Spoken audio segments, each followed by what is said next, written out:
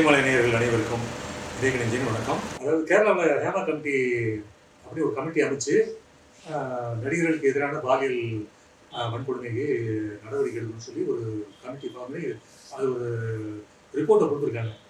Report கொடுத்து அது அந்த ஃபோட்டோவில் பார்த்தா யாரும் எங்கேயும் பார்த்த மாதிரி இருக்குன்னு பார்த்தா சாரதா, நடிகை சாரதா அந்த குழுவில் இருக்காங்க.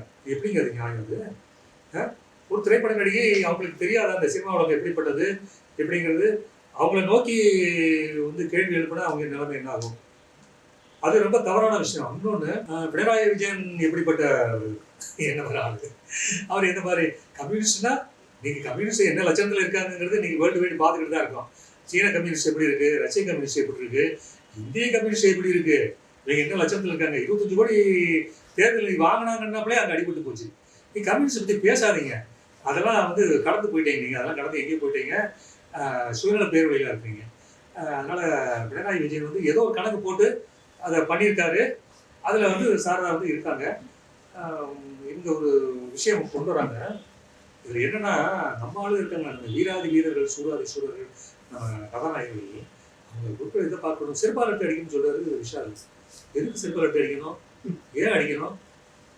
அதாவது வந்து பாலியல் வன்கொடுமை, பாலியல் பலாத்காரம் அப்படிங்கிற மாதிரி ஒரு விஷயம் இருந்துச்சுன்னா நீ உடனே நடவடிக்கை எடுங்க. அது ரீசன் ஒரு கமிட்டி வச்சுருக்காங்களா, வந்து இந்த மாதிரி வந்து குற்றச்சாட்டு வந்து நிரூபணமானால் வந்து 5 வருஷத்துக்கு அவங்க எதுவும் பயன்படுத்தக்கூடாது அப்படிங்கிற மாதிரி. இது வந்து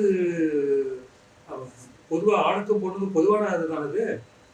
ரெண்டு பக்கம் சேர்த்து பார்க்கணும். நீங்கள் ஒரு சைடு மட்டும் பார்க்கக்கூடாது. ஏன்னா அதாவது நெருப்பும் பஞ்சும் பக்கம் பக்கமாக இருந்தால் என்ன ஆகுங்கிறது வந்து சினிமா வளர்ச்சி பொருத்தமான விஷயம். சினிமாவில் எல்லாருமே வந்து கஷ்டப்பட்டு உழைச்சி சம்பாதிக்கிறாங்க. சில தவறுகள் இருக்குது. அதாவது இது துறை, அந்த மாதிரி துறை ரொம்ப வந்து ஒரு சிக்கலான துறை வந்து சினிமா துறை தான். அந்த துறையில் வந்து ஆணாகட்டும் பெண்ணாகட்டும் எல்லாமே வந்து கவனமாக இருக்கணும்.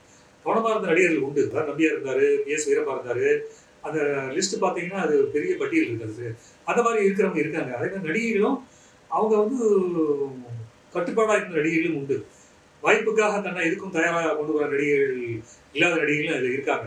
அந்த அந்த லிஸ்ட்டு நம்ம சொல்லலாம், அந்த அந்த பட்டியலையும் சொல்லலாம்.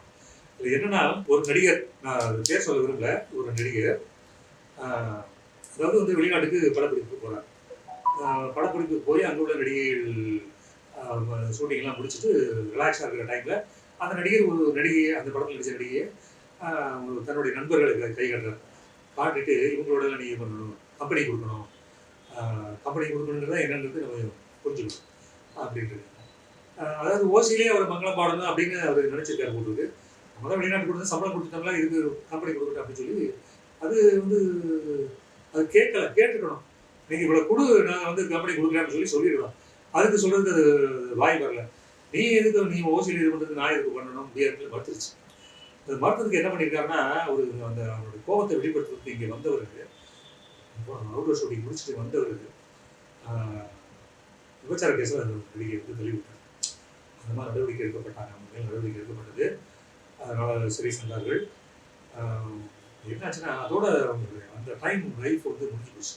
அதுக்கப்புறம் அதுலேருந்து மீண்டு கொஞ்சம் நாளுக்கு அப்புறம் திருப்பி மீண்டு அவங்க சினிமாவில் நடிக்கிறதுக்கு வாய்ப்பு தேடி அலைஞ்சாங்க பாருங்க. ரொம்ப கொடுமையான ஒரு வாழ்க்கைங்கிறது நான் கண்ணால் பார்த்தேன். அந்த விஷயங்கள் நான் கண்ணால் பார்த்தேன்.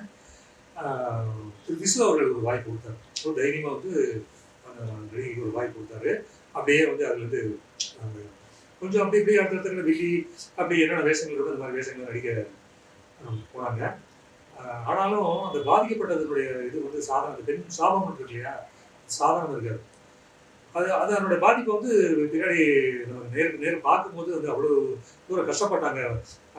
அதாவது அவ்வளவு பாப்புலராக இருந்தவங்க, அவ்வளோ பிரபலமாக இருந்தவங்க அந்த இந்த நிலைமைக்கு ஆளாகிறாங்க அப்படின்னு சொல்லி நம்ம சங்கடப்பட வேண்டியிருச்சு. இது ஒரு விஷயம். இன்னொன்று, ஒரு நடிகர், அந்த நடிகர் ஒரு நடிகையோட, அதாவது பின்னாடி அவங்க மகளும் நடிகையானாங்க. அந்த நடிகையோட அம்மாவோட ஆரம்பத்தில் ஒரு உங்கள் படங்கள் நடிகை வாய்ப்பு கொடுத்தாங்க. வாய்ப்பு கொடுத்தோன்னே அவரை அப்படியே கவர் பண்ணிட்டார். கவர் பண்ணிவிட்டு என்ன பண்ணியிருக்காருன்னா, அதுக்கான அவங்களுக்காக ஒரு ரூம் போட்டு கொடுத்துட்டு இவர் பயன்படுத்துறதோடு நிற்காம என்ன பண்ணியிருக்காருன்னா, தன் நண்பர்கள், சினிமாவில் இருக்கிற நண்பர்கள், வெளியில் இருக்கிற நண்பர்கள் எல்லாரையும் வந்து அதில் லிங்க் கொண்டு சேர்த்துட்டார். நான் ஒரு நண்பர் ஒருத்தர் பேசிகிட்டு இருக்கும்போது அவர் சொல்கிறாரு, வந்து அவங்கெல்லாம் எனக்கு ரொம்ப சாதாரணம். அவங்களாம் ரொம்ப சாதாரணம். இந்த மாதிரி எங்கள் வீட்டு கல்யாணத்துக்குலாம் வந்து அவங்க பொண்ணு வந்து டான்ஸ் எல்லாம் பண்ணியிருக்கு அப்படின்னு சொல்லி அது ஒரு பெருமையாக சொல்லிக்கிறாரு.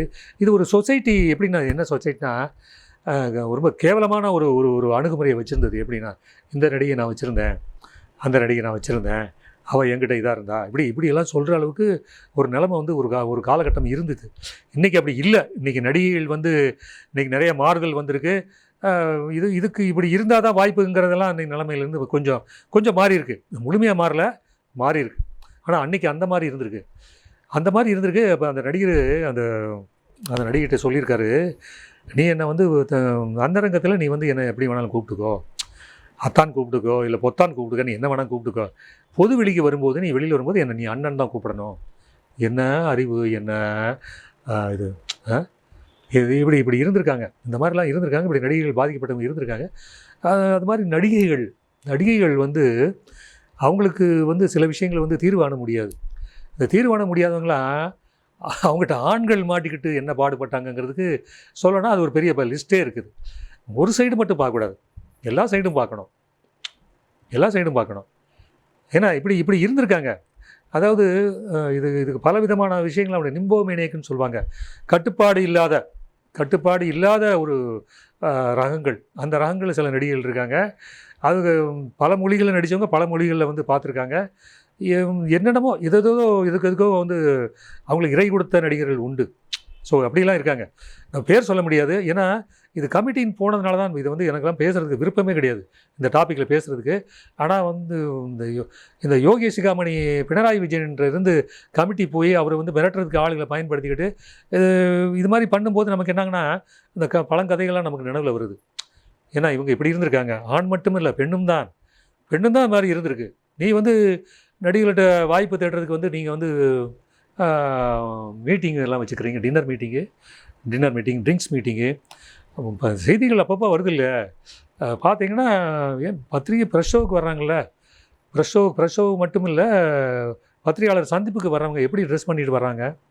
அதாவது இதுக்கு வந்து பாதி இதுதான், இவ்வளோ தான் இருக்கும். முழங்காலுக்கு மேலே இப்படி இருக்கும், கால் மேலே கால் போட்டுட்டு உட்காந்துக்கிட்டு அதை நம்ம ஆளுங்க விழுந்து படம் எடுப்பாங்க. ஏன்னா அதுதான் ஃபோக்கஸ் ஆகும். அந்த ரேஞ்சுக்கு துணிஞ்சு நீங்கள் வரும்போது நீங்கள் எப்படி வந்து நடிகர்களை வந்து குறை சொல்லலாம்? நீங்கள் எதுக்கும் தயாராக தானே வரீங்க, எல்லாத்துக்கும் தயாராக வரீங்க. உங்களை வந்து இது மோட்டிவேட் பண்ணுறதுல வந்து நைனாக்களுக்கு இது பெரும்பகுதி பங்கு இருக்காது. மம்மிகள், அம்மாக்கள், அத்தைகள், சித்திகள், இப்படி எல்லாமே எல்லா ரகங்களும் இருக்கும். அதாவது படப்பிடிப்புக்கு துணைக்கு வராங்க பார்த்தீங்களா, அது எல்லாமே உண்டு. அதில் சில பேர் வந்து நடிகையை இது பண்ண முடியலன்னா அம்மாக்களை கவர் பண்ணிடுவாங்க. அப்படி ஆளுங்களும் உண்டு. ஒரு ஒப்பனையாளர் ஒருத்தர் இருக்கார், அவர் வந்து அப்படி கவர் பண்ணி அவருடைய காரியங்களை சாதிச்சுக்குவார். இது மாதிரி நிறையா இருக்குது. இந்த மாதிரி கதைகள் சொன்னேன்னா இது மகாபாரதம் மாதிரி போகும். பாரதம் மாதிரி எக்கச்சக்கமான கிளை கதைகளோட இந்த விஷயங்கள் வந்து வளர்ந்துக்கிட்டே போகும். அதனால் ஒருத்தர் மேலே மட்டும் நான் சொன்னேன் இல்லையா, பஞ்சு யார் நெருப்பு யாருன்னு நம்ம இடத்துக்கு பொறுத்து, சூழ்நிலை பொறுத்து முடிவு பண்ணிக்கணும். அதை விட்டு போட்டு வந்து இவங்க மேலே நான் வந்து இதான இப்போ 20 வருஷத்துக்கு முன்னாடி நடந்தது, 30 வருஷத்துக்கு முன்னாடி நடந்ததெல்லாம் இப்போ கதைகள் வருது. நீ அப்போ என்ன பண்ணீங்க? இப்போ வந்து பழி வாங்கின நோக்கத்தில் தான் இப்போ வந்து எல்லாருமேலேயும் வந்து குற்றச்சாட்டு சொல்லிக்கிட்டு இருக்கீங்க, இது பண்ணிக்கிட்டு இருக்கீங்க. அது மாதிரி ஆண்களும் வந்து இது வெளிப்படையாக வந்து சொன்னாங்க, உங்கள் கதை என்ன ஆகும், உங்கள் கதி என்ன ஆகும்? ஆண்கள் வெளியில், அதாவது பெண்கள் இல்லை, ஆண்கள் வெளியே சொல்ல மாட்டாங்கிற தைரியம் தான் வந்து பெண்களுக்கு வந்து இருக்குது. இப்போ நீங்கள் அப்படி தான் இன்றைக்கி பொதுவான வாழ்க்கையிலே, திருமண வாழ்க்கையிலே வந்து இன்றைக்கி பெண்கள் வந்து எவ்வளோ மோசமாக மாறிக்கிட்டு வராங்க, எவ்வளோ தூரம் வல்கராக இருக்காங்க, எவ்வளோ வந்து கொடூரமாக இருக்காங்கிறதெல்லாம் பார்த்தீங்கன்னா எங்கேயே போய் நிற்கும். ஏன்னா ஆண்களை வந்து ரோட்டுக்கு வந்து நிற்க மாட்டாங்க, பெண்கள் துணிஞ்சு வீட்டுக்கு ரோட்டுக்கு வந்துடுறாங்க. போட்டு நீ உட்காந்துடுறாங்க, வந்து எனக்கு வந்து தீர்வு வேணும் அப்படின்னு சொல்லி ரோட்டுக்கு வந்து உட்காந்துறாங்க. ஆண்களுக்கு அந்த தைரியம் கிடையாது. அந்த ஆண்கள் தைரியம் இல்லாமல் போகிறது காரணத்தினால தான் வந்து இன்றைக்கி வந்து இவ்வளோ விபரீதங்களும். அது சினிமா துறை வந்திருக்கு. ஒரு துறையில் மட்டுமா இருக்குது, எடுத்து விட்டால் எந்தெந்த துறையில் என்னென்ன மாதிரி இருக்குன்னு தெரியுமா? நம்ம ஊடகத்துறையிலே எத்தனை பேர் இருக்காங்க, ஊடகத்துறையில் நிறைய லிஸ்ட் இருக்குது. அந்த லிஸ்ட் எடுத்து விட்டேன்னா அது வேறு மாதிரி போகும். ஏன்னா இவ்வளோ இப்போ நீ போய் பேட்டி எடுக்கிறாங்களே, உங்கள் முதலாளிகளை பற்றி சொன்னால் எப்படி இருக்கும் நிலமை, அது வேறு. அது வேறு. அது மாதிரி அரசியல் பாருங்கள், அரசியல் பெரிய பட்டியலே இருக்குது. அரசியல் பார்த்திங்கன்னா ஒவ்வொரு தலைவனும் இவனும் வந்து என்ன ரேஞ்சில் இருக்காங்க, எவ்வளோ மோசமாக இருக்காங்க. ஊழல் பண்ணுறது அல்லாமல் இது மாதிரி விஷயங்களை இன்னும் கூடுறோம். அது சினிமா துறை சார்ந்து அது சொல்ல வேண்டியதுதானே. எனக்கு இந்த தலைவன் வந்து இது மாதிரி என்ன பலாத்காரம் பண்ணா, இந்த தலைவன் வந்து இந்த கட்சி நிர்வாகி என்ன வந்து மாதிரி இது பண்ண வன்கொடுமைக்கு ஆளாக்கணும்னு சொல்ல உங்களுக்கு தைரியம் இருக்கா? நடிகன்னா உங்களுக்கு இளக்காரமாக இருக்குல்ல. ஒரு ஒரு ஒரு எம்பியாக இருந்தவங்க, ஒரு மந்திரியாக இருந்த ஒரு லேடி, ஒரு பெண்மணி, அந்த பெண்மணி வந்து எப்படி வந்து முன்னேறினாங்கிறதுக்கு ஒரு வழி சொல்கிறேன். மதுரையிலேருந்து சென்னைக்கு யாரை வந்து கவர் பண்ண நினைக்கிறாங்களோ அந்த அந்த அரசியல் தலைவரோட வந்து கூப்பையில் வந்து பயணம் பண்ணுறாங்க, ட்ரெயினில் பயணம் பண்ணுறாங்க. கூடவே நைட்டு முழுக்க வந்து பயணம் பண்ணிவிட்டு காலையில் அவர் இறக்கி விட்டுட்டு திருப்பி மறுபடியும் அந்த அம்மா வந்து ஊருக்கு போய் சேர்ந்துருவாங்க. இப்படியெல்லாம் வந்து தான் சேர்ந்து தான் அந்த அம்மா கட்சியில் வந்து முன்னணி நிலைமைக்கு வந்தாங்க. இது நான் சொல்கிறது ஒரு உதாரணம். இது மாதிரி 1000 உதாரணங்கள் இருக்குது. டாப் டு பாட்டம் வரைக்கும் போனோன்னா எங்கேயும் கதை போய் எங்கேயும் போய் நிற்கும். அதனால் வந்து வெறும் சினிமா துறை வந்து சினிமா துறையில் வந்து நீங்கள் ஒற்றுமை இல்லாதனால தான் வந்து எல்லோரும் வாய் மூடிட்டு கம்முன்னு இருக்காங்க. ஒன்றுபட்டு இந்த விஷயத்தை வந்து எதிர்கொள்ளணும். தப்பு பண்ணான தைரியமாக வந்து அதுக்கு வந்து அந்த தண்டனைக்கு ஆளாகிற தயாராக அது மாதிரி எதிர் சைட்லேயும் யார் குற்றம் சொன்னாங்களோ அவங்கள பற்றி குற்றம் குறைகளையும் வந்து சுட்டி காட்டணும். மலையாள சினிமாவில் வந்து எல்லாம் ராஜினாமா பண்ணுறாங்க. என்னத்தை போய் பண்ணுறது, இந்த லட்சத்தில் போயிட்டுருக்கு. ஸோ இது இப்படி விஷயங்கள் நடந்துகிட்டு இருக்கும்போது துணிஞ்சு இதுக்கு வந்து இதை எதிர்கொள்ளணும். வந்து நம்மளை நாளை காட்டி கொடுக்கக்கூடாது. நடிகர் வி.கே. ராமசாமிக்கு ஒரு உதாரணம் சொல்கிறாங்க. சினிமா துறையை பொறுத்தவரையில் வந்து அவர்கிட்ட சினிமா துறை சார்ந்த யாரையும் குறை சொன்னாலே பிடிக்கவே பிடிக்காது. தொழிலை வந்து அப்படி ஒரு தெய்வமாக வச்சுருந்தார், அப்படி பவித்திரமாக வச்சுருந்தார். தன் துறை சார்ந்த யாரையும் விமர்சனம் பண்ணுறது அவர் பிடிக்காது. சண்டைக்கு வந்துடுவார். நம்ம கூட எப்படி நீ அது மாதிரி கேள்வி கேட்கலாம் அப்படின்னு நம்ம கூட நட்பாக இருந்தால் கூட கோவம் வந்துடும் அவருக்கு. அப்புறம் கோபத்தை தணிச்சுக்கிட்டு நீங்கள் இந்த மாதிரி இனிமேல் வந்து இது மாதிரி கேட்காதீங்கட்ட அப்படின்னு இறங்கி வந்து பேசுவாருங்க. அதுதாங்க நடிகர்னா ஒரு உதாரணம் வந்து வி.கே. ராமசாமி தான். நான் வந்து அது மாதிரி நிறைய இருக்காங்க. ஆனால் போல்டாக வந்து பேசக்கூடியது வி.கே. ராமசாமி. இப்படின்னு சொல்லி இந்த விஷயங்களை வந்து நடிகர்கள் வந்து ஒரு தெளிவும் துணிவும் வந்து இந்த விஷயத்தை எதிர்கொள்ளணும் அப்படின்னு கேட்டுக்கிறேன். நன்றி, வணக்கம். இந்த வீடியோ உங்களுக்கு பிடிச்சிருந்தா லைக் பண்ணுங்கள், கமெண்ட் பண்ணுங்கள், ஷேர் பண்ணுங்கள், சப்ஸ்கிரைப் பண்ணுங்கள்.